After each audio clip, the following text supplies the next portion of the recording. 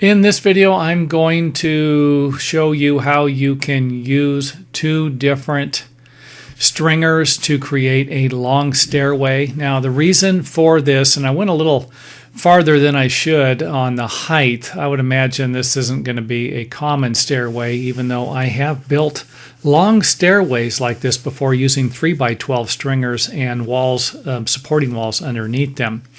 What gave me the idea to make this video was that I realized people around the world watch them, and in some parts of the world you can't get long lumber. 20 foot is the longest you can get, and I remember one individual telling me that the longest lumber they could get was 10 foot long, and it was 2x8s. This is all they had to work with. And I think I made a video to give them an idea what they could do or how they could work with those materials. But this particular idea can work for different size materials and different lengths of stairways. You would let's just say that you needed a 12-foot long stringer and all you had were 6-foot materials. Then you could put a wall in between. If you had I'm just going to go with a 24-foot long stairway and all you had was 8-foot materials, then you could put 3 walls in. You could go up 8 foot, put a supporting wall underneath the stringer, go another 8 foot, put another supporting wall, and so on. And I hope that makes sense. Let's go ahead and start at the bottom. This would be a regular cut, the regular cut you would have for your stair stringer layout. The only difference I want to say in this particular video or for this particular project will be how you actually connect the stringers together. I like to see a nice lap like this. You just take and nail some 16s into each side, maybe 6 on this side, 6 on the other side, 4 on this side, 4 on the other side, something like that. This provides you with a nice connection. And you're probably thinking, well, how do I finish the risers off? Well, the risers are going to end on the edge of the stringer here, and you would simply carry this down. So if we had an 1.5-inch wide stair stringer, the risers would just stick past the edge of this stringer 1.5 inches so that it would all line up. And I hope that makes sense. Top connection is a standard connection. You're going to see these connections. If you need more information, watch more videos on stair stringer layout or get the book, How to Build and Frame Stairs. Let's take a look at the other side of the stringer. And as you notice, I cut a notch here. And this will help us to figure out the wall height also.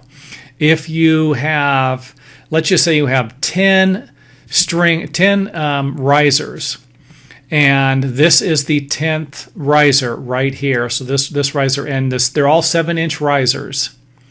That would give you a total of 70 inches to the top of this step, top of the 10th riser. That's 7-inch risers. We have 10 of them. Then you would simply just subtract the distance here. Let's just say that you had 7 inches in here. Then that would provide us with 64 inches. Is that right? 7? No, that's 63 inches. And then you would simply make a wall that would be 63 inches tall. If you need more information on that, I can always make another video. There's another perspective. And last but not least, sometimes I can rotate these things around, and the reason why I do is you can actually stop the video at any time, and if you see a particular spot that you would like to see. Here's another example using a wall, but this time you're going to cut the stair stringers so that they line up, and this would create a straight line for you instead of using the offset stringers like I had. But without the lap, you're going to need to put some type of a strap or a 2x4 on to the side to make a nice connection. I wouldn't just rely on, if you were just going to put a stair tread up here and say, hey, I'm going to put 2 nails up here and 2 nails here. I wouldn't rely on that. I'd like to see a 2x4, 2x6, something like that, or a strap Now, a 2x4 doesn't need to be this long, but I would recommend it being at least 3 foot from the break, and probably 8 nails on each side, something like that. Seems like that would work okay. And this would give you a straight stair stringer. Let's see what it would look like finished. Here we have 4 stair stringers, and we have our 2x4s connecting them, providing us with a nice structural tie. And then, of course, we have a strap. Here's what I meant. You could use a long strap. This is a 48-inch long strap. Maybe you could get by with a 36-inch strap, something like that. Maybe you could get by with a 12-inch strap. I'm going to leave that up to you. Another thing I wouldn't mind recommending is making the walls a little wider here. Instead of a 2x4, maybe a 2x6. That's going to give you a little more support, sturdier wall, and provide you with more surface area up here for the stair stringers to sit on. So anyway, that is it for this particular video. You can use this method here to make extremely long stairways. So if you could just imagine doubling the size of this stairway, you would just use different supporting walls, different lengths, and then they would keep going up. But obviously, this wouldn't work.